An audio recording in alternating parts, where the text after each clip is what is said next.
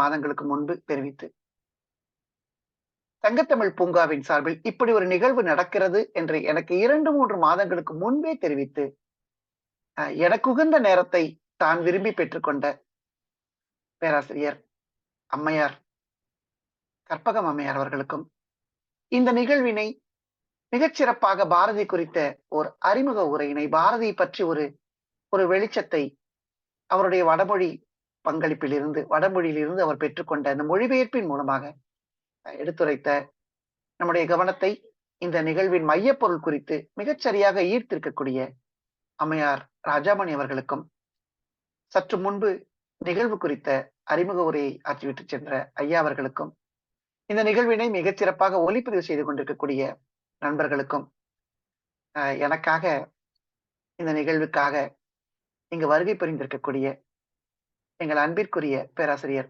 சிவகுமார் ஐயா அவர்களுக்கும், நண்பர்களுக்காக சொல்கிறேன், அவருக்காக சொல்லவில்லை. அவரும் ஒரு பன்மொழி புலவர் தான். தெலுங்கிலிருந்து கன்னடத்தில் அவர் கன்னடத்தில் மொழிபெயர்ப்பார், தெலுங்கிலிருந்து கன்னடத்தில் மொழிபெயர்ப்பார், மலையாளத்திலிருந்து மொழிபெயர்த்திருக்கிறார். நம்முடைய கலித்தொகையின் சில கவிதைகளை அவர் துளு மொழிக்கும் கன்னட மொழிக்கும் மொழிபெயர்த்திருக்கிறார். எங்கள் பல்கலைக்கழகத்தில், எங்கள் துறையில், பெரும்பாலும் எங்கள் திராவிட பல்கலைக்கழக மொழித்துறைகளில் பலருக்கு ஒன்றுக்கும் மேற்பட்ட மொழிகள் அறிமுகம் உண்டு. ஒன்றுக்கும் மேற்பட்ட மொழிகளை பேசக்கூடிய இயல்பு நாங்கள் ஆந்திர மாநிலத்தில் பணியாற்றுவதால், ஆந்திர மாநிலத்தில் குப்பத்தில் பணியாற்றுவதால், குப்பம் என்பது தமிழகம், கர்நாடகம், ஆந்திரம் ஆகிய 3 மாநிலங்களினுடைய சந்திப்பு மையமாக இருப்பதால், எங்கள் பல்கலைக்கழகம் மொழிகளுக்கிடையே, குறிப்பாக தென்னிந்திய மொழிகளுக்கிடையிலான ஒற்றுமையையும் ஒப்புமைகளையும் கண்டறிய வேண்டும் என்ற உயர்ந்த நோக்கத்திற்காக உருவாக்கப்பட்டிருப்பதால், எங்களுக்கு இயல்பாகவே இன்னொரு மொழியுடன் அறிமுகம் இருக்கிறது.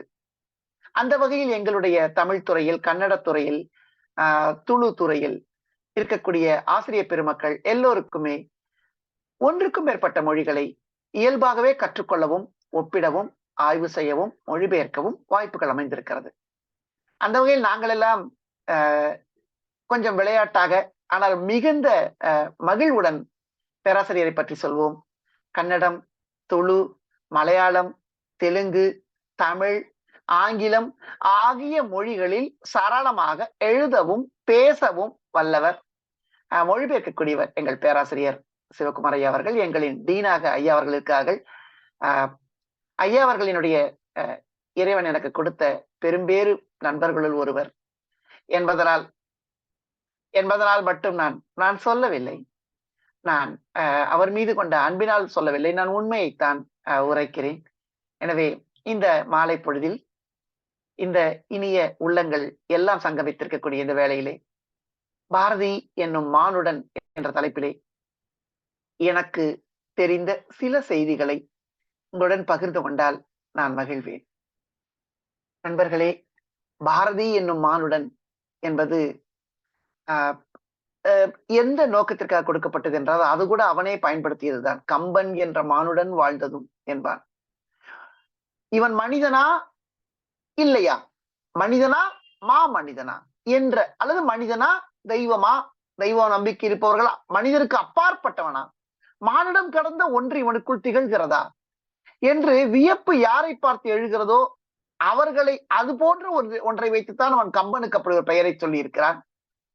கம்பன் என்னும் மானுடன், இப்படி ஒரு மனிதன் என்ற ஒரு வியப்பு. அதே வியப்பு தான் பாரதி பற்றி சிந்திக்கும் போது நமக்கு எழுகிறது. பாரதியை பற்றி நாம் எல்லோரும் தமிழகத்தில் ஏறக்குறைய எல்லோரும் என்றால் எல்லோரும் அல்ல, ஏறக்குறைய 90% பேர் அறிந்திருப்போம். நாம் அறியாதவன் அல்ல. நாம் எல்லோருக்கும் மிகவும் அறிமுகமான, அல்லது நம் எல்லோருடைய மனதிலும் இருக்கக்கூடிய ஒரு மனிதனை பற்றித்தான் இன்று நானும் பேசவிருக்கிறேன். அப்படி என்றால் என்ன தேவை இருக்கிறது என்று கேள்வி எழுகிறது. பாரதி கவிஞன், அது நான் சொல்லித்தான் உங்களுக்கு தெரிய வேண்டுமா? பாரதி கட்டுரையாளன், அதை நான் சொல்லித்தான் உங்களுக்கு தெரிய வேண்டுமா? பாரதி மொழிபெயர்ப்பாளன், அதை நான் உங்களுக்கு சொல்ல வேண்டுமா? எந்த அவசியமும் இல்லை. அது இயல்பாகவே உங்களுக்கு தெரியும், எல்லோருக்கும் தெரியும். அப்படி என்றால் எந்த வகையில் பாரதி மகாகவியாகிறான் என்ற ஒரு வினா எழுகிறது. எந்த வகையில் அவன் மானுடன், ஒரு மகத்தான மனிதன் என்று ஆகிறான் என்ற ஒரு வினா எழுகிறது. பேராசிரியர் கா. சிவத்தம்பி அவர்கள் ஒரு 25 ஆண்டுகளுக்கு முன்பாக, நான் படித்த சென்னை கிறிஸ்துவ கல்லூரிக்கு வருகை புரிந்தார். பேராசிரியர் கா சிவத்தம்பி அவர்கள் பாரதி குறித்து உரையாற்றுவதற்காக வருகை புரிந்திருந்தார். அவர் பாரதி ஏன் மகாகவி என்ற வினாவுக்கு ஒரு 2 வரிகளில் பதில் சொன்னார். அந்த 2 வரிகளை அவர் பாரதியை பற்றி குறிப்பிடும் போது இப்படி சொல்கிறார்: யார் ஒருவர் தன்னுடைய மொழியில் இருக்கக்கூடிய எல்லா விதமான இலக்கியங்களையும் கலை பணுவல்களையும் கற்று யார் ஒருவர் தன்னுடைய மொழியில் இருக்கக்கூடிய எல்லா விதமான இலக்கியங்களையும் கலை பணுவல்களையும் கற்று அதில் தேவையான மாற்றங்களை செய்து தன்னுடைய படைப்புகளில் தேவையான மாற்றங்களுடன் அவற்றை மீண்டும் பயன்படுத்தி இருக்கிறானோ, யார் ஒருவன் தனது மரபை முழுமையாக கற்று அதில் மீட்டுருவாக்கம் செய்து பயன்படுத்தி இருக்கிறானோ, யார் ஒருவர் தன்னை பின்பற்றும்படி செய்கிறானோ, தனக்கு பின்புள்ளவர்கள் தனக்கு முன்னால் இருப்பவர்களை பற்றி சொல்லாமல் தன்னை பின்பற்றுவர்களை படி செல்கிறானோ, அந்த வகையில் பார்த்தால் அவன்தான் மகாகவி. அப்படி பார்த்தால் இது என்னுடைய கருத்தல்ல, பேராசிரியர் கா சிவத்தம்பி அவர்களுடைய கருத்து. அந்த வகையில் பார்த்தால் தமிழுக்கு 2 மகாகவிதான். ஒருவர் இளங்கோ, இன்னொன்னு பாரதி என்று கூறினார். இளங்கோ ஏன் மகாகவி, பாரதி ஏன் மகாகவி என்ற வினாவை அவர் எழுப்பி அவரே விளக்கம் கொடுத்தார். இளங்கோ அதற்கு முன்பு இருந்த ஆசிரியப்பா மரபில் அதற்கு முன்பு இருந்த மரபில் இருந்து சற்று முற்றிலும் வேறுபட்டு அல்லது அதில் உள்ள தேவையான மாற்றங்களை செய்து ஒரு காப்பிய மரபை தமிழுக்கு தொடக்கி வைத்தார். ஒரு காப்பிய மரபை தமிழுக்கு உருவாக்கினார். நாங்கள் உடனே மாணவர்கள் எழுந்து கேட்டோம், கம்பன் அல்லவா, கம்பன் மகாகவி அல்லவா? அதற்கு பேராசிரியர் கொடுத்த பதில், கம்பன் உண்மையாகவே உயர்ந்த கவி, அதிலெல்லாம் எந்த விதமான விமர்சனமும் அல்ல. கம்பன் சிறந்த கவிஞன். ஆனால் மகாகவி என்ற இந்த அளவுகோலை வைத்து பொருத்தி பார்த்தால் இந்த அளவுகோலின் படி தமிழுக்கு 2 தான் மகாகவிகள். ஒருவர் இளங்கோ, இன்னொருவர் பாரதி. இப்ப பாரதி ஏன் மகாகவி என்ற அடுத்த கேள்வியை அவரே எழுப்பி பேராசிரியர் கூறினார். பாரதி அதற்கு முன்பு இருந்த பக்தி மரபை அல்லது சிற்றிலக்கிய மரபை முற்றிலும் மாற்றி அமைக்கிறார். அதற்கு முன்பு இலக்கியத்தில் இடம்பெற்றிருக்கக்கூடிய கற்பனை நயமாகட்டும், உள்ளடக்கமாகட்டும் அத்தனையும் மாற்றி அமைத்து அவர் ஒரு தனி மனிதனை இலக்கியத்திற்குள் கொண்டு வந்து நிறுத்துகிறார். இலக்கியம் என்பது மானுடத்தை பேசுவதாக இருக்க வேண்டும், மனிதர்களை பேசுவதாக இருக்க வேண்டும் என்று நவீன இலக்கியத்திற்கு நாம் என்ன அளவுகோலை முன்வைக்கிறோமோ, நவீன இலக்கியம் என்பது மரபிலக்கியத்திற்கும் நவீன இலக்கியத்திற்குமான மிக முதன்மையான வேறுபாடு என்றால், நவீன இலக்கியம் தனி மனிதனை மையப்படுத்துவது, தனி மனிதனுடைய பாடுகளை பேசுவது, தனி மனிதனுடைய இன்னல்களை பேசுவது. நம்முடைய நவீன இலக்கியத்தில் கடவுளுக்கு முக்கிய மைய இடம் அல்ல, மனிதனுக்கு மைய இடம். ஆனால் மரபிலக்கியத்தில் கடவுளுக்கு மைய இடம். நம்முடைய பக்தி இலக்கியங்களாகட்டும் அல்லது நம்முடைய பேரரசு கால இலக்கியங்கள், நிலவுடைமை கால இலக்கியங்கள் எல்லாமே கடவுளுக்கு மைய இடம் கொடுத்த காலகட்டத்தில் மனிதனுக்கு மைய இடம் என்று கொடுக்கப்பட்டது பாரதி உள்ளடக்கத்தில் செய்த மாற்றம். வடிவ நிலையில் எடுத்துக்கொண்டால் பாரதி நம்முடைய காப்பியங்களில் காப்பிய மரபை எடுத்துக்கொண்டு அதில் தேவையான மாற்றங்களை செய்கிறார். அவருடைய வார்த்தையில சொல் புதிது சுவை புதிது என்று நாம் எல்லோரும் அறிந்த அந்த மேற்கோள் தான். தன்னுடைய கவிதை சோதிமிக்க நவகவிதையாக ஏன் திகழ வேண்டும் என்று அதில் தேவையான மாற்றங்களை செய்தவர் இந்த பாரதி. 39 வயதுக்குள் ஒரு சிறு உடலுக்குள் இருந்து கொண்டு 1000 வாழ்க்கையை எழுத்துகளில் அல்ல வாழ்ந்தும் காட்டியவர் பாரதி என்றுதான் தோன்றுகிறது. நண்பர்களே, எனக்கு நல்லாசிரியர் கற்பகம் அவர்கள் ஒரு நல் வாய்ப்பினை வழங்கினார். என் மனதிலே வாரா அவர்கள் எழுதிய மகாகவி பாரதியார் என்ற நூலை படிக்க வேண்டும் என்ற ஆவல் வெகு நாட்களாக இருந்தது. ஆனால் நம்முடைய அம்மையார் கொடுத்த அழைப்பின் காரணமாக, அவர் கொடுத்த இந்த பணியின் காரணமாக, இந்த பணியை நிறைவேற்றுவதற்குள் நாம் தகுதிப்படுத்திக் கொள்ள வேண்டும் என்பதற்காக நான் வாரா அவர்களினுடைய மகாகவி பாரதியார் நூலை படிக்கும் வாய்ப்பு அமைந்தது. வாரா அவர்களின் நூலை படித்து அதிலிருந்துதான் நான் சில கருத்துக்களை உங்களுடன் பகிர்ந்து கொள்ள திட்டமிட்டு இருக்கிறேன். வாரா மகாகவி பாரதியார் என்ற ஒரு நூல் எழுதியிருக்கிறார். வாராவை நாம் எல்லோரும் நன்கு அறிவோம். ஒரு முக்கியமான பத்திரிகையாளராக, ஒரு நவீன இலக்கிய ஆளுமையாக, தன்னுடைய காலத்தில் மிக புரட்சிகரமான சில செயல்பாடுகளை தன் வாழ்விலே மேற்கொண்ட ஒரு மனிதராக வாரா அவர்கள் விளங்குகிறார்கள். அக்ரகாரத்து அதிசய மனிதர் என்று அவர் அழைக்கப்பட்டது வெறும் விளையாட்டிற்காகவோ அல்லது வேடிக்கைக்காகவோ அல்ல. நாம் கனவிலும் செய்ய சற்று யோசிக்கக்கூடிய பல செயல்களை அவர் 50 ஆண்டுகளுக்கு முன்பே தனது வாழ்வில் செய்து காட்டியவர் வாரா அவர்கள். வாரா அவர்கள் மகாகவி பாரதியாரை பற்றி ஒரு நூல் எழுதியிருக்கிறார். 28 அத்தியாயங்கள் கொண்ட நூல் அது. அந்த நூலிலே பாரதியினுடைய ஒட்டுமொத்த வாழ்க்கை குறித்த ஒரு விளக்கத்தை, ஒரு பார்வையை நமக்கு முன்வைக்கிறார். மிக பெரும்பான்மையான அத்தியாயங்கள் பாரதியினுடைய புதுவை வாழ்க்கை குறித்த செய்திகளை எடுத்துரைப்பதாக இருக்கின்றன. பாரதி எப்படி ஒரு ஒரு ஒரு ஒரு ஒரு ஒரு இளம் கவிஞனாக அவன் எட்டயபுரத்திலே இருந்தான். அவனுடைய காசியிலே இருந்த கல்வி விரிவு, அவனுடைய சென்னையிலே இருந்த அவனுடைய பத்திரிகை ஆளுமை திறன், புதுவையிலே அவர் அரவிந்தருடன், வாவேசு ஐயருடன், மற்ற பல இந்திய விடுதலை போராட்ட வீரர்களுடன் நடத்திய உரையாடல், புதுவையிலே அவர் செய்த மகத்தான சாதனைகள் அல்லது மகத்தான அவருடைய வாழ்வை அர்த்தப்படுத்தக்கூடிய செயல்பாடுகள், சென்னையிலே வந்து மீண்டும் அவர் தன்னுடைய பத்திரிகை பணியை தொடங்கியது, அவருக்கும் வேதாந்த மரபிற்கும் இடையே உள்ள உரையாடல், அவருக்கும் யோக மரபிற்கும் இடையே உள்ள உரையாடல் என்று ஒரு 250-300 பக்கங்களுக்குள் பாரதியினுடைய ஒட்டுமொத்த வாழ்வையும் விளக்கக்கூடிய ஒரு நூலாக வாரா அவர்களினுடைய பாரதியார், மகாகவி பாரதியார் என்ற இந்த நூல் திகழ்கிறது. ஒரு பாரதியா, ஒன்றுக்கும் மேற்பட்ட பாரதியா, ஒரு கவிஞனா, ஒரு சிறுகதை ஆசிரியனாய், ஒரு பத்திரிகையாளனாய், ஒரு நடைச்சித்திர கலைஞனாய், ஒரு சித்திரக்காரனாய், ஒரு கேலி சித்திரம், கார்ட்டூன், அதை சரியான சொல்லில் குறிக்க வேண்டும், ஒரு கார்ட்டூனிஸ்டாக அவன் திகழ்கிறான். மொழிபெயர்ப்பாளராக திகழ்கிறான். கனகலிங்கத்திற்கு முப்புரி நூல் அணிவித்து ஒரு சமூக சீர்திருத்தவாதியாக அவர் வெளியிடுகிறார். வேதாந்தத்தை உரையாடுகிறார். வேதாந்தத்தை சுந்தரராம ஐயர் என்ற ஒரு வேதாந்த பேராசிரியருடன், ஒரு தத்துவ பேராசிரியருடன் வேதாந்தம் குறித்து உரையாடுகிறார். அரவிந்தருடன் உரையாடுகிறார். அவருடைய கவிதைக்கு, பாஞ்சாலி சபதத்துக்கு, அவருடைய படைப்புக்கு வாவேசு அவர்கள் முன்னுரை வரைகிறார்கள். அவர் திலகரினுடைய முதன்மை மாணவராக திகழ்கிறார். திலகருடனுடைய மாணவராக திகழ்கிறார்.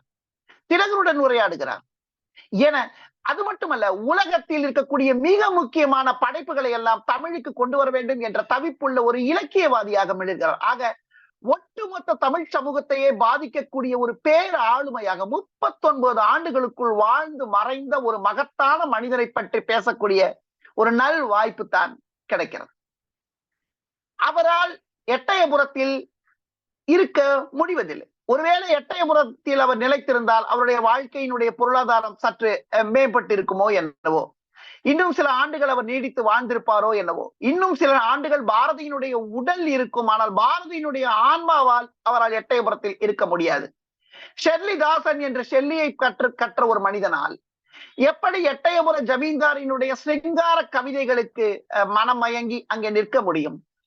ஷெல்லியை படித்தவன், ஜனநாயக விழுமியங்களை படித்தன், உலக வரலாற்றை கற்றவர் ஒருவரால் எப்படி ஒரு சமஸ்தானத்துக்குள் அதனுடைய அத்தனை விழுமியங்களுக்குள், அத்தனை மரபுகளுக்குள் கட்டுப்பட்டு வாழ முடியும்? எனவே பாரதியால் எட்டயபுரத்திலிருந்து பாரதி வெளிவந்தது, அல்லது எட்டயபுர சமஸ்தானத்திலிருந்து பாரதி விலகியது அல்லது வெளிவந்தது, அது அப்படித்தான் நடக்கும். வரலாறு அப்படித்தான் செல்ல முடியும். பாரதியினுடைய குடும்ப சூழலை பற்றி பார்த்தால் 19ஆம் நூற்றாண்டு சமூக வாழ்வு எப்படி இருந்திருக்கிறது என்பது பற்றிய ஒரு சிறு சித்திரம் நமக்கு கிடைக்கும். நண்பர்களே, பத்மாவதி சரித்திரம் என்ற ஒரு நாவல் இருக்கிறது. நீங்கள் எல்லோரும் அறிவீர்கள். மாதவையா அவர்கள் எழுதிய நாவல் அது. அந்த பத்மாவதி சரித்திரம் நாவலில் எப்படி தென்பாண்டி நாட்டில், குறிப்பாக தமிழகத்தில் சமூக அடுக்கில் காணப்பட்ட பிராமண அதிகாரம் என்பது எவ்வாறு சிதைந்தது, வேறு சில ஆற்றல்கள், அதிகார சக்திகள் எவ்வாறு எழுந்து வந்தன என்பதை பற்றி விளக்கக்கூடியதாக மாதவையா அவர்களுடைய பத்மாவதி சரித்திரம் என்ற நாவல் காணப்படுகிறது. அந்த பத்மாவதி சரித்திரத்திலேயே மரக்கடை வைத்து தோல்வி அடைந்த ஒரு பிராமணர், ஒரு மனிதர் வருகிறார். இது ஒரு கதாபாத்திரத்தினுடைய இயல்பு அல்ல, ஒரு கதாபாத்திரத்தினுடைய ஒரு செயலும் அல்ல. அக்கால சமூக வாழ்வு என்பது விவசாயம் நலிந்து தொழில்துறை மேலெழுந்தக்கூடிய காலகட்டம். நில உடைமை சமுதாயம் வலுவிழந்து முதலாளித்துவ சமுதாயம் மேலெழுந்த காலகட்டம். எனவே நில உடைமை மதிப்பீடுகள் தளர்கின்றன, நில உடைமை விழுமியங்கள் சரிகின்றன. எனவே எல்லோரும் முதலாளித்துவ மதிப்பீடுகளை நோக்கி வருகின்ற காலகட்டம். விவசாயம் என்பது அன்று புகழ்பெற்ற ஒரு பணியாக இல்லை.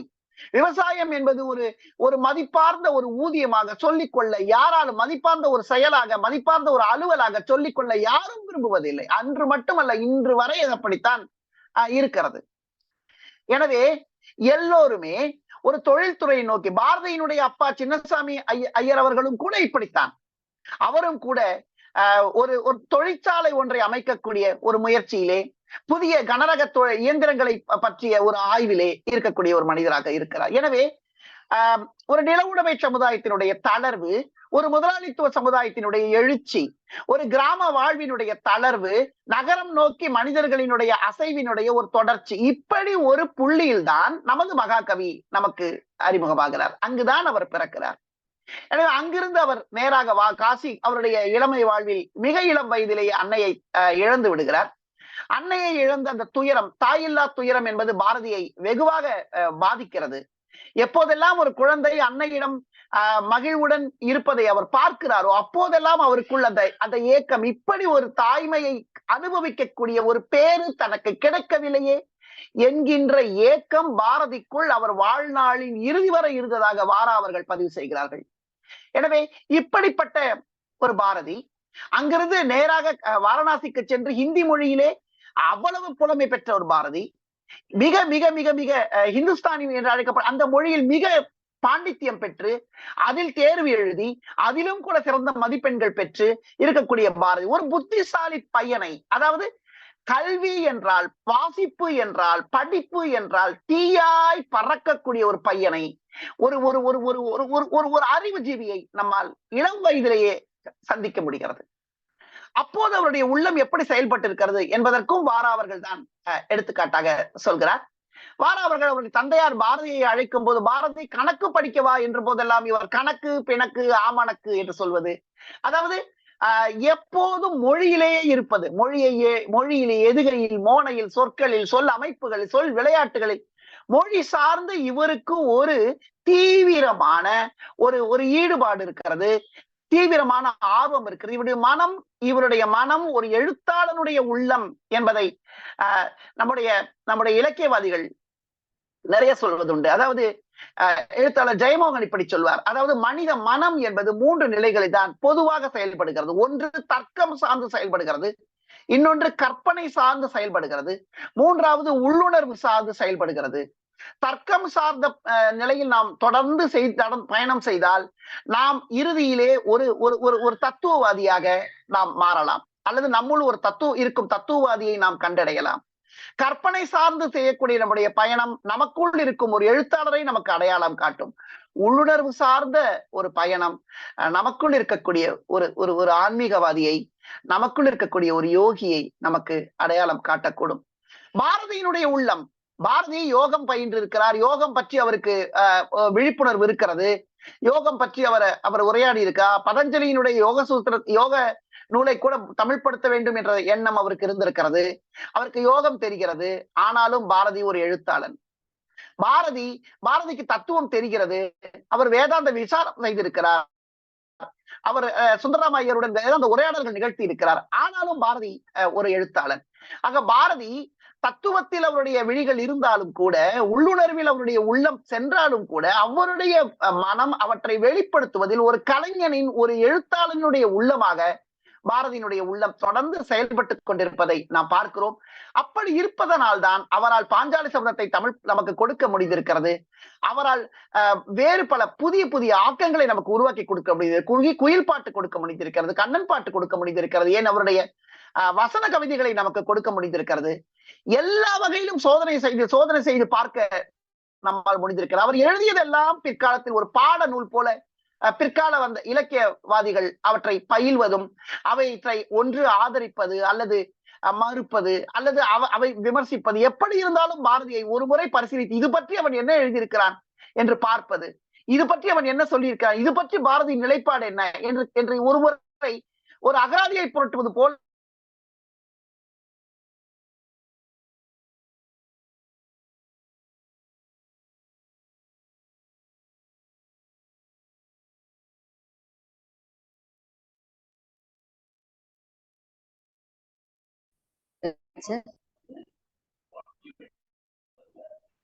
கேக்குதா சார்? பத்திரிகையுடன் இந்தியா பத்திரிகையில் பாரதிக்கு தொடர்பு ஏற்படுகிறது. சுதேசமித்திரனும் இந்திரா அப்போது அவருடைய வேலை திறன் குறித்து வாரா அவர்கள் மிக அழகான ஒரு சித்திரத்தை நமக்கு தருகிறார்.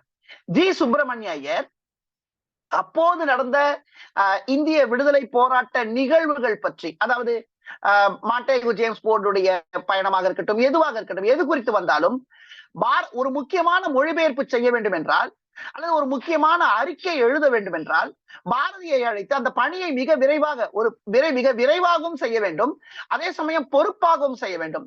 பணி விரைவில் நடக்க வேண்டும், பணி பொறுப்பாகவும் செய்ய வேண்டும் என்றால் பாரதியிடம் கொடுப்பது என்பது ஒரு வழக்கத்தில் கொண்டவராக ஜி. சுப்பிரமணிய ஐயர் இருக்கிறார்.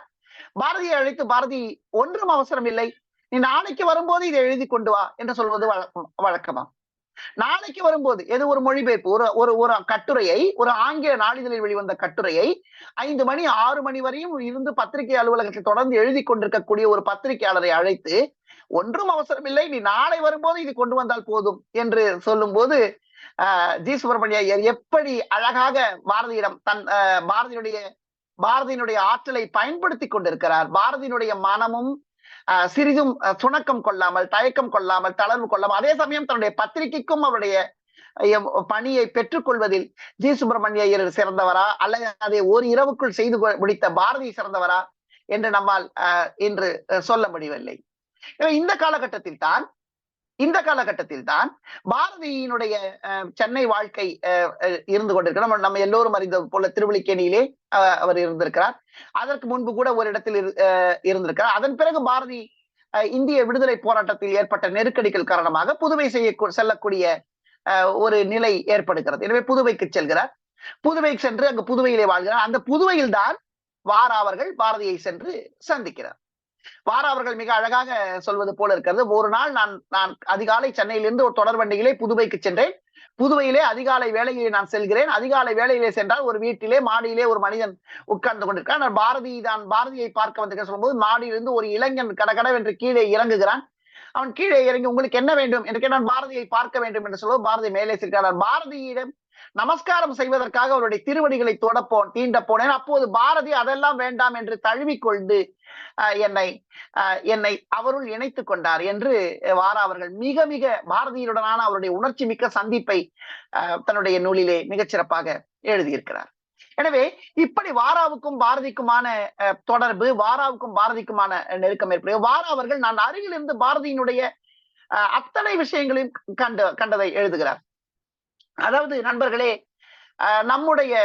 நம்முடைய பொது வழக்கு எப்படி இருக்கிறது என்றால், ஒரு மனிதன் என்றால் அவனை அப்படியே புகழ்வது, அத்தனைக்காகவும் புகழ்வது, நம்முடைய நிறைவுக்காக அந்த இருக்கும் ஒளியை விட கூடுதலாக ஒளியை நாம் பாய்ச்சிக் கொள்வது, அல்லது நமக்கு ஒரு மனிதர் பிடிக்கவில்லை என்றால் நமக்கு ஒரு மனிதரை மறுக்க வேண்டும் என்றால் அவருடைய இருக்கின்ற சிறப்புகளை கூட இல்லாமல் செய்வது.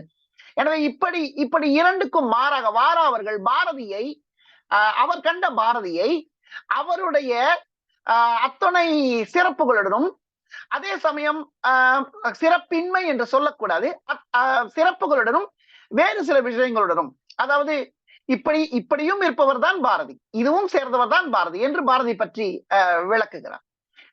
புதுவையிலே பாரதியினுடைய வாழ்க்கை மிக மிக வளமாக இருக்கிறது, பொருளியல் நிலையில் மேலாக இருக்கிறது என்றெல்லாம் நிச்சயமாக ஒரு எழுத்து கூட வாரா அப்படி சொல்லவில்லை. புதுவையிலே பாரதி எதை செய்ய நினைத்தாரோ, அவர் இந்தியா பத்திரிகை இருக்கிறது, அது கருப்பு இதழ்களில் வெளிவருகிறது, கருப்பு தாளில் சிவப்பு தாளில் இந்தியா பத்திரிகை வெளிவருகிறது.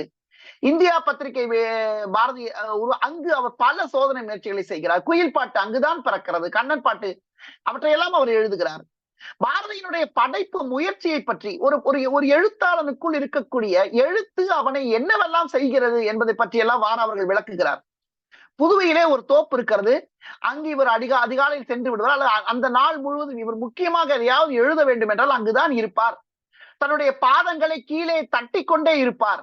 இவருக்கு உகந்த சொல், உகந்த வாக்கியம் வர வேண்டும் என்பதற்காக, உகந்த உவமை வர வேண்டும் என்பதற்காக, இவர் விரும்பிய வண்ணம் எழுத்து உருவாக வேண்டும் என்பதற்காக பாதத்தை கீழே தட்டி கொண்டே இருப்பார். அல்லது சொல் ஆழி வெண்சங்கே என்று உரத்து முழங்குவார். எப்படியாவது விரும்பிய எழுத்தொன்று வரும் வரை அவர் தன்னை பாடாய்படுத்தி வருத்தி கொண்டிருக்கிறார் என்ற ஒரு சித்திரத்தை வாரா அவர்கள் எழுதுகிறார். ஒரு எழுத்தாளரை எழுத்து இப்படித்தான் நண்பர்களே மனிதர்களை ஆட்டி வைக்கிறது. முத்துலிங்கம் அவர்கள் குறித்து முத்துலிங்கம் அவர்களினுடைய அமெரிக்கக்காரி என்ற சிறுகதை தொகுப்பை இப்போதுதான் படித்துக் கொண்டிருக்கிறேன். முத்துலிங்கம் அமெரிக்கக்காரி சிறுகதை தொகுப்பினுடைய முன்னுரையில் இப்படி சொல்கிறார்: ஒரு மனிதனை எழுத்து என்ன செய்யும்? எனக்கு துயரம், என் துயரத்தை நான் எழுத்தில் எழுதுகிறேன், துயரத்திலிருந்து விடுதலைக்காகவும் எழுத்துதான் எனக்கு என் துயரத்தினுடைய வடிகாலாகவும் இருக்கிறது, என் துயரத்தினுடைய உள்ளடக்கமாகவும் இருக்கிறது. எழுத்தின் மூலமாக மட்டுமே நான் வாழ்கிறேன். புத்தருக்கு தியானம், எனக்கு எழுத்து என்று சொன்ன ஒரு முதன்மையான எழுத்தாளர் தமிழகத்தில் இருக்கிறார். எனவே எழுத்து என்பது ஒரு படைப்பாளி எப்படி ஒரு தாயிடம், ஒரு குழந்தை தாயிடம் இருந்து வெளிவரும் போது அந்த தாய்க்கு அது எவ்வாறு ஒரு உயிர் சென்று உயிர் வருகிறதோ அப்படி ஒரு நிலைமையை தான் பாரதி தன்னுடைய படைப்புகளை உருவாக்கும் போது அனுபவித்திருக்கிறார் என்ற ஒரு சித்திரத்தை வாரா அவர்கள் நமக்கு வழங்குகின்றார். வாரா அவர்கள் இன்னும் கூட ஒரு படி மேலே சென்று இன்று நாம் நம்புவதற்கு கடினம் என்று சொல்லக்கூடிய ஒரு சில விஷயங்களை எல்லாம் கூட அந்த புத்தகத்தில் எழுதுகிறார். அப்போது பாரதி புதுவையில் இருந்த காலகட்டத்திலே ஒரு மிகப்பெரிய புயல் ஒன்று அடித்தது. புதுவை என்பது மிகப்பெரிய புயல் சேதத்தை சந்தித்தது, மிகப்பெரிய பாதிப்பை சந்தித்தது. பல தோப்புகள் நிலை குலைந்து போயின, பல தோட்டங்கள் நிர்மூலமாயின.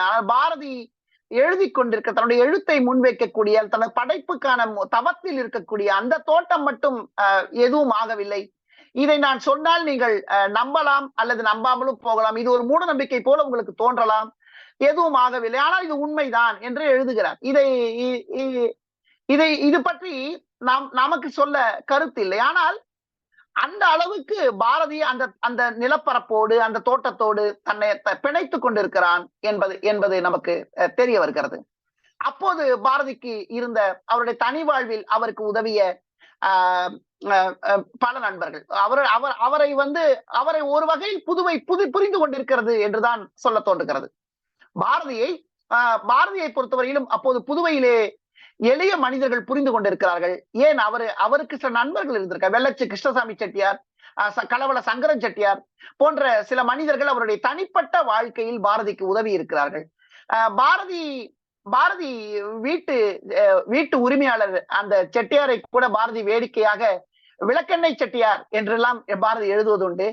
செட்டியார் வாடகை கேட்க வரும்போது பாரதி, ஓய் செட்டியாரே, ஒன்றும் கவலைப்படாதையும், இன்னும் 10 வருஷத்தில் தேசம் சுதந்திரம் அடைந்துவிடும், நான் ஒரு செக் எழுதி கொடுக்கிறேன், நீ சென்று சுதந்திர தேசத்தில் கொண்டு எங்கு வேண்டுமானாலும் கொடுத்து உனக்கு வேண்டிய வாடகை எடுத்துக்கொள்ளும் என்று பாரதி சொல்வது போலவும், அதை புரிந்து கொண்ட செட்டியார், சரி நம் வீட்டில் இருக்கக்கூடிய இந்த மனிதன் வாடகை கொடுக்க முடியாதவனாக இருந்தாலும் கூட இவனிடம் ஏதோ ஒன்று இருக்கிறது, இந்த உலகம் கொண்டாடக்கூடிய அல்லது சமூகத்திற்கு நன்மை தரக்கூடிய அல்லது நால்வர் மகிழக்கூடிய ஏதோ ஒன்று இவரிடம் இருக்கிறது என்பதை பாரதியினுடைய வீட்டு உரிமையாளர் அந்த செட்டியாரும் கூட புரிந்து கொண்டிருப்பதை பார்க்க முடிகிறது. வெள்ளச்சு கிருஷ்ணசாமி செட்டியார் அவருக்கு அந்த வெள்ளச்சு அச்சு வெள்ளம் என்ற அந்த விருது பெயர் பாரதியால் வழங்கப்பட்டதுதான்.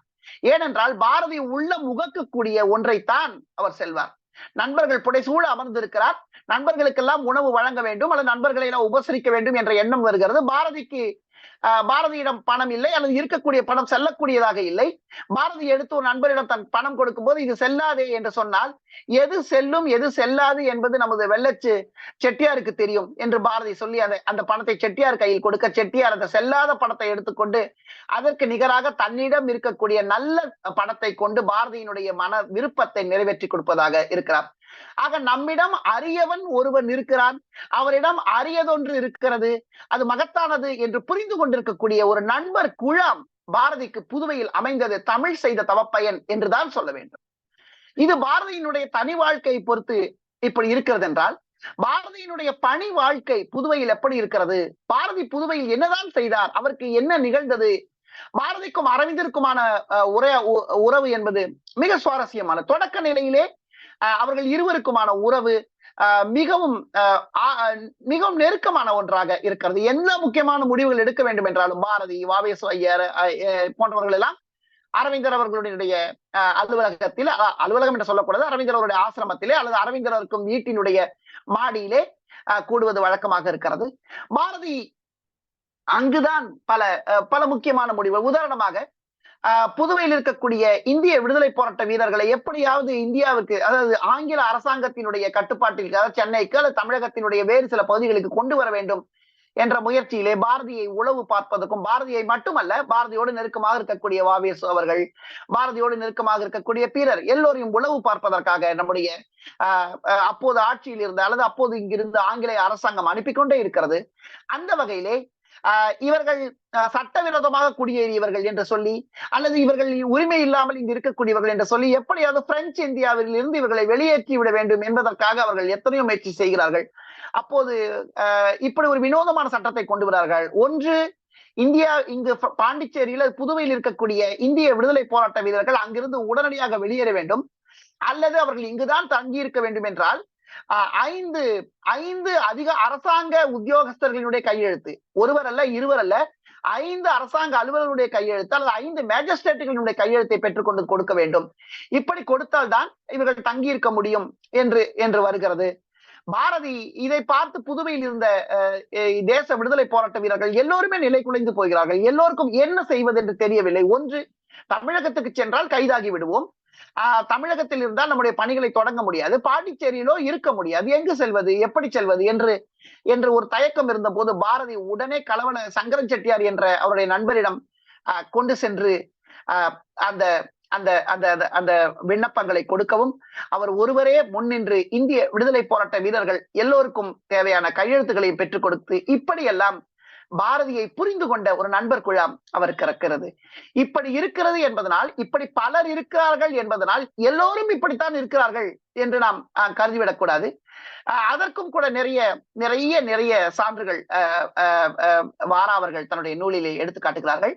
வாரா அவர்கள் இப்படி சொல்லுகிறார்கள், ஒரு மனிதரிடம் பாரதி பொருளாதார உதவியை வேண்டி நிற்க, அந்த மனிதர் பாரதியை புரிந்து கொண்டோ புரிந்து கொள்ளாமலோ, பாரதியே நான் உனக்கு நினைத்திருப்பேன், உனக்கு நான் உதவலாம் என்று நினைக்கிறேன், உனக்குள் ஆனால் அப்படிலாம் உதவி செய்தால் உனக்கு கஷ்டமாகிவிடும் என்பதற்காகத்தான் நான் உதவவில்லை என்று சற்று ஒரு ஏளனம் கலந்த ஒரு குரலில், ஒரு பாரதியை அவமதிக்கக்கூடிய ஒரு குரலில் பேச பாரதி அங்கேயே நிலை குலைந்து உணர்ச்சி வசப்பட்ட ஒரு எழுத்தாளனை, அதாவது குணமென்னும் குன்றேறி நின்றார் வெகுளி கணமையும் காத்தல் அரிது என்பார்களே, அப்படி ஒரு படைப்பு ஆளுமையை இன்றளவும் நம் எழுத்தாளர்கள் மீது வைக்கப்படுகின்ற ஒரு குற்றச்சாட்டு அல்லது தவறான குற்றச்சாட்டு அல்ல, அது ஒரு தவறான கேள்வி. ஏன் இவர்கள் இவ்வளவு கோபப்படுகிறார்கள்? ஏன் இவர்கள் இவ்வளவு உணர்ச்சி வசப்படுகிறார்கள்? அவர்கள் அவ்வளவு அவர்கள் எழுதிய நாவல்களை படித்து நாம் உணர்ச்சி வசப்படுகிறோம், அவர்கள் எழுதிய சிறுகதைகளை படித்து நாம் உணர்ச்சி வசப்படுகிறோம், கவிதைகளை படித்து கண்ணீர் வடிக்கிறோம். ஆனால் நம்மை பொறுத்தவரையிலும் அவர்கள் நம்மை போலவே கை கட்டி வாய்ப்பொத்தி அப்படியே ஒரு நடுத்தர வர்க்க வாழ்க்கையை வாழ வேண்டும் என்று நாம் எதிர்பார்க்கிறோம். அவ்வை இல்லையா? எத்திசை செல்லினும் அத்திசை சோரே என்று அவ்வை எழுதவில்லையா? மரங்கொள் தச்சர் கைவல் சீரார் மரம் மழுவுடை காட்டகத்தற்ற எத்திசை செல்லினும் அத்திசை சோரே என்று ஔவையார் எழுதவில்லையா? கம்பன் இல்லையா?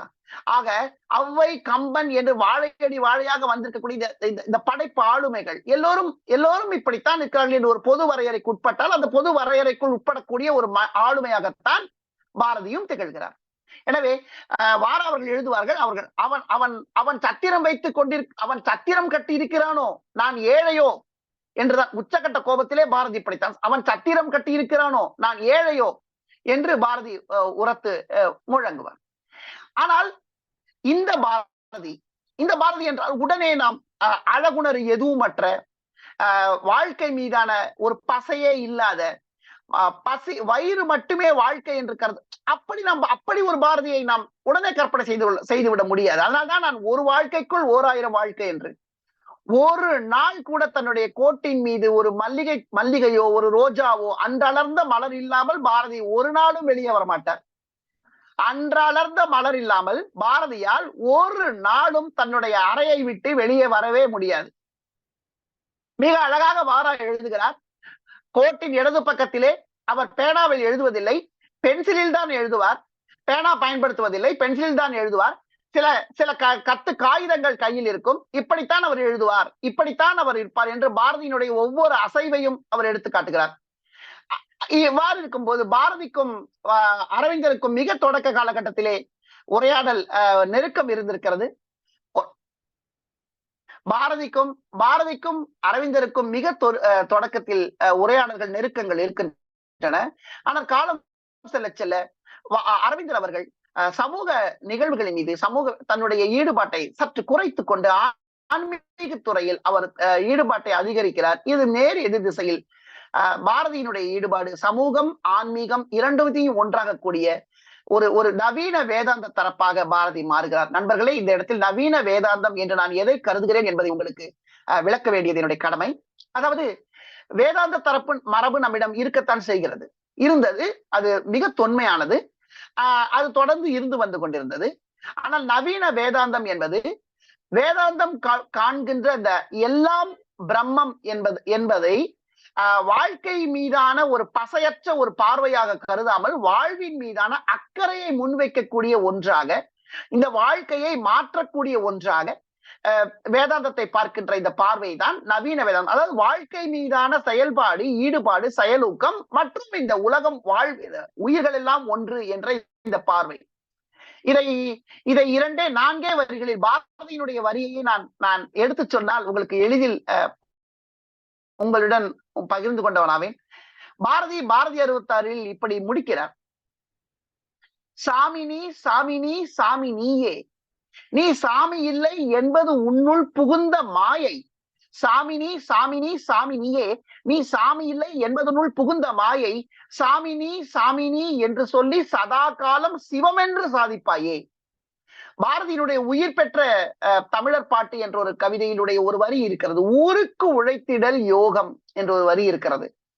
யோகம் என்பதற்கு பாரதி கொடுக்கக்கூடிய வரையறை ஊருக்கு உழைத்திடல் என்று என்று என்று என்று ஒரு வரியை பாரதி உருவாக்கி காட்டுகிறார். எனவே அதாவது இந்த இடத்தில்தான் அவருக்கும் அவருக்கும் அப்போது கும்பகோணத்திலே தத்துவ பேராசிரியராக இருந்த சுந்தரராம ஐயர் என்பவருக்கும் இடையிலே வேதாந்தம் குறித்த உரையாடல்கள் நிகழ்கின்றன.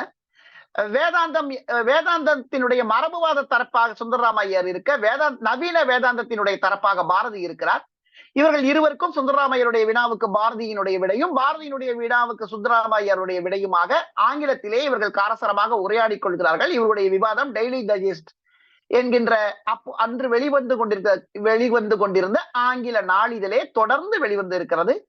எனவே இந்த மரபை எப்படி பார்த்தார்கள், இந்த மரபை எவ்வாறு அணுகினார்கள் என்பதற்கு பாரதியினுடைய இந்த சுந்தரராமையருடன் இந்த உரையாடல், வேதாந்த உரையாடல் என்பது சான்றாக இருக்கிறது. இது நூலாக வந்திருக்கிறதா என்பது எனக்கு இன்னும் தெரியவில்லை. ஒருவேளை பாரதி அறிஞர்களை நாம் தொடர்ந்து பின்தொடர்ந்தால் அவர்கள் இந்த தகவலை நமக்கு கொடுக்க கூடும்.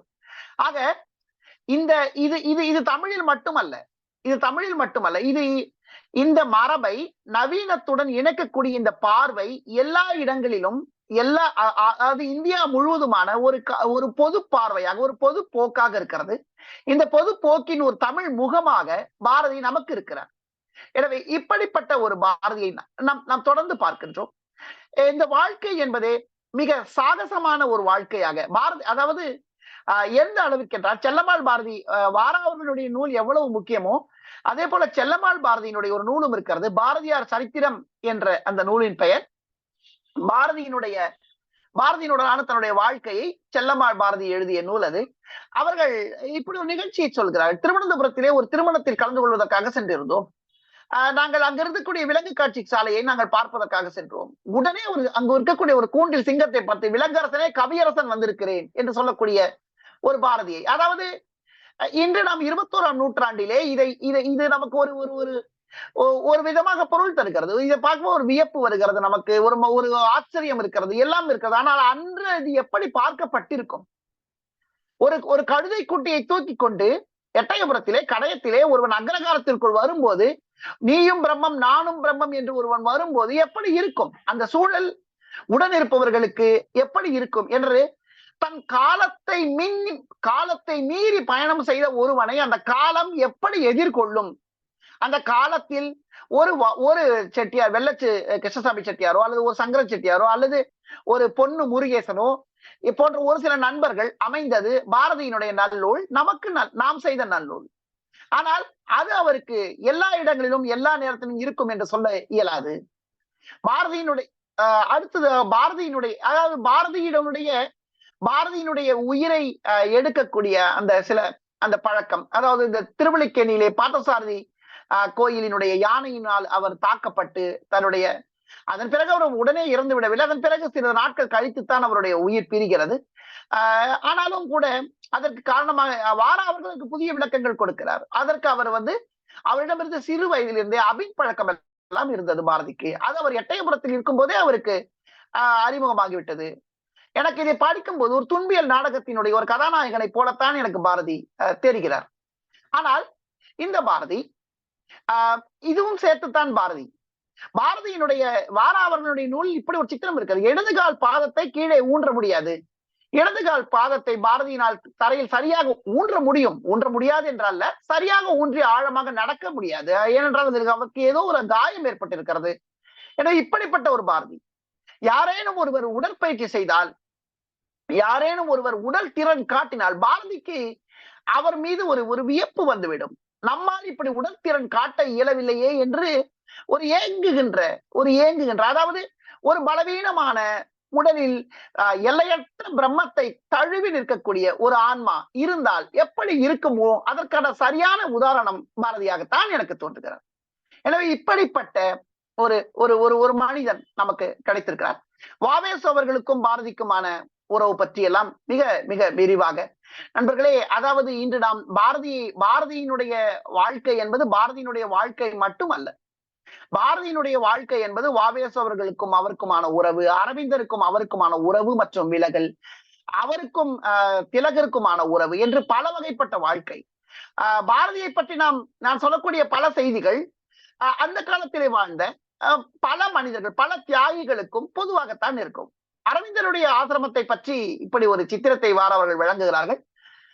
ஒரு நாள் அரவிந்தருடைய ஆசிரமத்திற்கு இருந்தோம். எங்களது சுதேசிகளினுடைய பண வனத்தை எல்லாம் ஆங்கில உளவுத்துறை கண்காணித்து முடக்கி விடுகிறது. எங்கிருந்து எந்த பெயரில் பணம் வந்தாலும் அந்த பெயரும் அந்த பணமும் எங்கள் கையில் கிடைக்காமல் என்னவெல்லாம் நடக்குமோ அப்படி நடக்கும். எங்கள் யாரிடமும் பணம் இல்லை, அரவிந்தரிடமும் பணம் இல்லை, அரவிந்தர் ஆசிரமத்திலும் பணம் இல்லை, அரவிந்தருடைய ஆசிரமத்திலே பழங்களோ அல்லது உணவுப் பொருள்களோ எதுவும் இல்லை. அரவிந்தரிடம் போய் சொன்னால் அவரோ ஒரு துறவி நிலையில் இருக்கிறார்.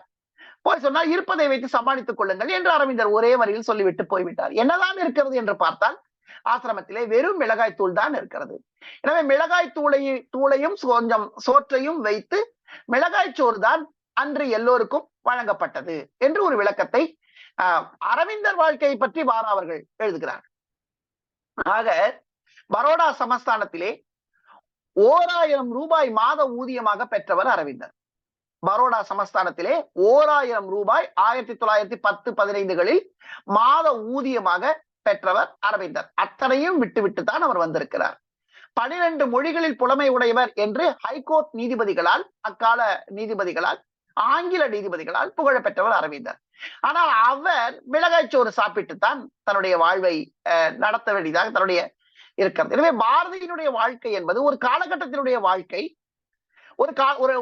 அதாவது எவ்வளவு புறச்சூழல் பலவீனமானதாக இருந்தாலும், புறச்சூழல் எவ்வளவு நொய்ந்ததாக இருந்தாலும், கனவுகள் விரிந்ததாக இருக்க வேண்டும், லட்சியங்கள் மேலானதாக இருக்க வேண்டும், வாழ்க்கை மீதான ஒரு பற்று இருக்க வேண்டும், ஒரு பிடிப்பு இருக்க வேண்டும் என்று கனவு கண்ட ஒரு சமூகத்தினுடைய, ஒரு காலகட்டத்தினுடைய ஒரு குரலாக பாரதி நமக்கு தெரிகிறார். வாவேசு அவர்களை பற்றி ஒரு செய்தி ஒன்று நான் மீண்டும் சொல்கிறேன். பாரதியின் கதை என்பது அல்லது பாரதியின் வாழ்க்கை என்பது பாரதியின் வாழ்க்கை அல்ல.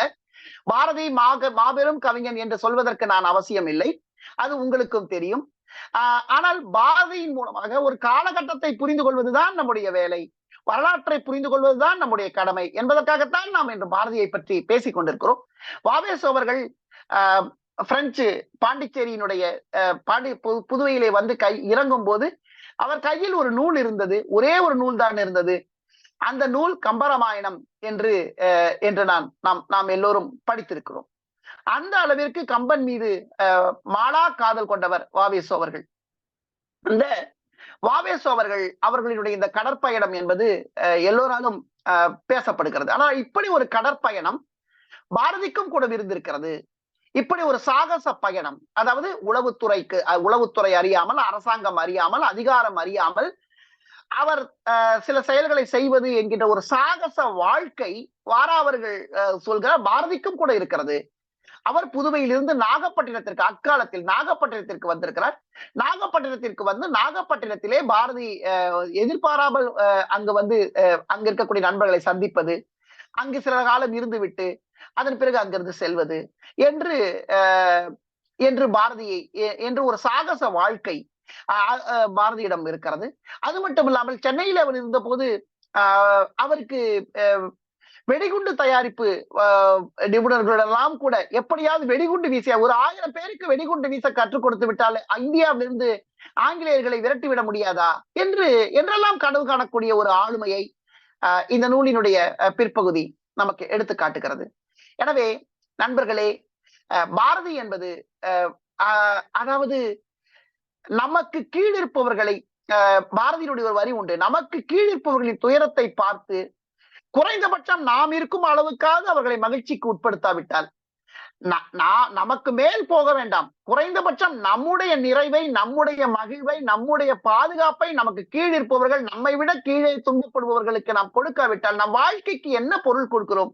நம் வாழ்க்கைக்கு பொருள்தான் என்ன என்று கேட்ட உள்ளம்தான் பாரதியினுடையது. ஆனால்தான் அவர் கனகலிங்கத்தை அழைத்து, அவர் எந்த சடங்குகளையும் எந்த ஆச்சாரங்களையும் கடைபிடிக்காத ஒருவராகத்தான் பாரதி இருக்கிறார். அவர் முப்புரி நூல் அணிந்து கொள்வதோ எதுவும் அவருக்கு அதெல்லாம் அவசியம் இல்லை. வாராவை பார்த்தே உனக்கு எதற்கு முப்புரி நூல், அதை களைந்து விடலாம் என்று வாராவை பார்த்து கேட்ட குரல் தான் பாரதி. ஆனா அவர் தான் கனகலிங்கத்திற்கு அதை அணிவிக்கிறார். அணிவிக்கும் போது பாரதியும் அதை அணிந்தவராக இருக்கிறார். வாரா எழுதுகிறார், கனகலிங்கத்திற்கு அந்த சடங்கு முடிந்தவுடன் இனிமேல் நீ யாரேனும் கேட்டால், யார் உனக்கு இதை அணிவித்தது என்று கேட்டால் பாரதி என்று போய் சொல், பாரதி என்று போய் சொல், இன்று முதல் நீயும் அந்தனர் தான் என்று பாரதி சொல்கிறார். அதன் பிறகு இவர் கழட்டி விடுகிறார். என்ன என்று கேட்டால், அப்படி என்றால் அப்போது ஏன் அணிந்து கொண்டிருக்கிறார்? அதை செய்வதற்கு அணிந்திருப்பது என் தகுதி, அதனால் அணிந்து கொண்டேன், அதனுடைய தேவை நிறைவேறிவிட்டது, அதனால் நான் கலைந்து விட்டேன் என்று சொல்லக்கூடிய ஒரு சக மனிதனுடைய துயரத்தை, சக மனிதனுடைய வேதனையை, சக மனிதனுடைய அல்லல்களை, கவலைகளை போக்கக்கூடிய ஒரு ஆளுமையாக பாரதி திகழ்கிறார். இலக்கியம் என்பது மானுட வாழ்வை மேம்படுத்த முடியும், மேம்படுத்த வேண்டும் என்ற கனவுடன் இலக்கியத்தில் செயல்படுபவர்கள் அன்று முதல் இன்று வரை நிறைய பேர் இருக்கிறார்கள். அவர்களினுடைய ஒரு மைய புள்ளியாக பாட்டு திறத்தாலே, அதே சமயம் அவர்களுடைய மைய புள்ளியாக இனி தனி ஒரு மனிதனுக்கு உணவிலே ஜகத்தினை அழித்திடுவோம் என்ற இந்த வரியை எடுத்துக்கொள்வோமே. ஜகத்தினை அழித்திடுவோம், தனி ஒரு மனிதனுக்கு உணவில்லை என்ற வரி, இது ஒரு கவிதையா என்று கேட்டால் கவிதைதான். இது ஒரு ஸ்டேட்மெண்ட் தானே என்று சொன்னால் நாம் எதிர்பார்க்கக்கூடிய அழகியல் அம்சங்கள், ரசனைகள் அதில் இல்லை. ஆனால் அதற்குள் ஒரு மானுட நேயம், சக மனிதரின் துயரத்தை போக்காவிட்டால் இந்த வாழ்க்கைக்கு என்ன பொருள், இந்த இலக்கியத்திற்கு என்ன பொருள், இந்த பிரபஞ்சத்திற்கு என்ன பொருள்? இது பாரதியின் குரல் மட்டுமல்ல, இது சீர்த்தலை சாத்தனாரின் குரல், இது வள்ளுவரின் குரல். இறந்தும் உயிர் வாழ்தல் வேண்டின் பறந்து கெடுகை உலகியற்றியான் என்ற வள்ளுவரின் குரல். இறந்துதான் இந்த ஒருவன் உயிர் வாழ வேண்டும் என்றால் இந்த உலகை படைத்தவன் கெடுக என்று சொன்ன வள்ளுவரின் குரல். எனவே இதற்கு ஒரு நீண்ட மரபு தமிழ் இருக்கிறது. அந்த மரபினுடைய தொடர்ச்சியாக பாரதி இருக்கிறார். பாரதிக்கு பின்வந்த கவிஞர்களை எடுத்துக்கொள்வோம். அவரிடமிருந்து கருத்தியல் நிலையில் முரண்பட்ட பாரதிதாசன் கடைசி வரையிலும் பாரதிதாசனாகத்தான் அவர் இருந்தார். ஏன் பாரதிதாசனாக இருந்தார்? பாரதியினுடைய அந்த ஆன்மீக பார்வை என்றால், நண்பர்களே, என்னுடைய உங்களுக்கு நண்பர்களுக்கு சரியாக என்னால் சொல்ல முடிகிறதா என்று தெரியவில்லை. நான் இயன்றவரை சொல்கிறேன்.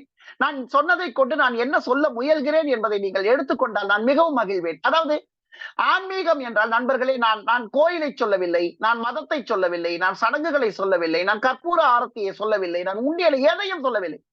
ஆன்மீகம் என்றால், நான் ஆன்மீகம் என்ற சொல்லில் குறிக்க முயல்வது, அல்லது நான் ஆன்மீகம் என்ற சொல்லில் விளக்க முயல்வது, நம்முடைய உள்ளத்தால் பிறர் உள்ளத்தை நெருங்கி புரிந்து கொள்ளக்கூடிய, அல்லது நாம் இன்னொரு உள்ளத்தில் வேறுபாடின்றி கலந்து இணையக்கூடிய ஒரு நிலை.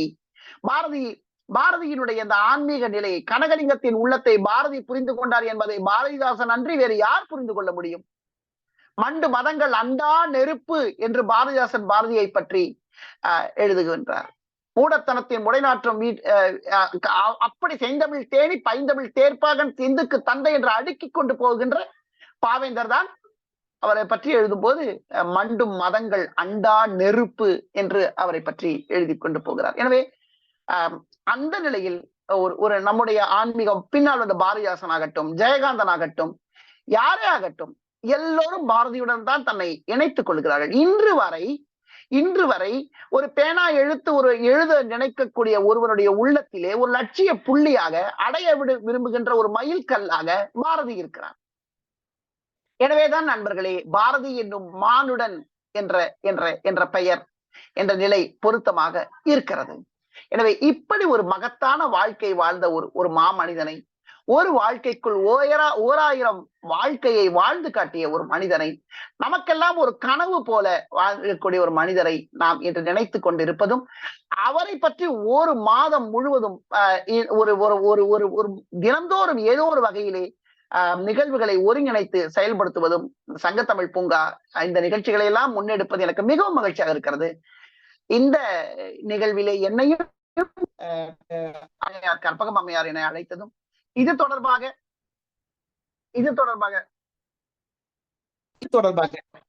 நண்பர்களே, நான் பேசுறது கேக்குதா?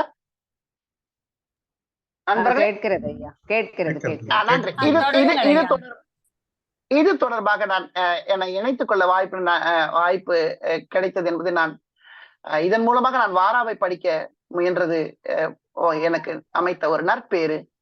நண்பர்களே, என்னை கொஞ்சம் கற்றுக்கொள்ள உதவி செய்த உங்கள் எல்லோருக்கும் நன்றி.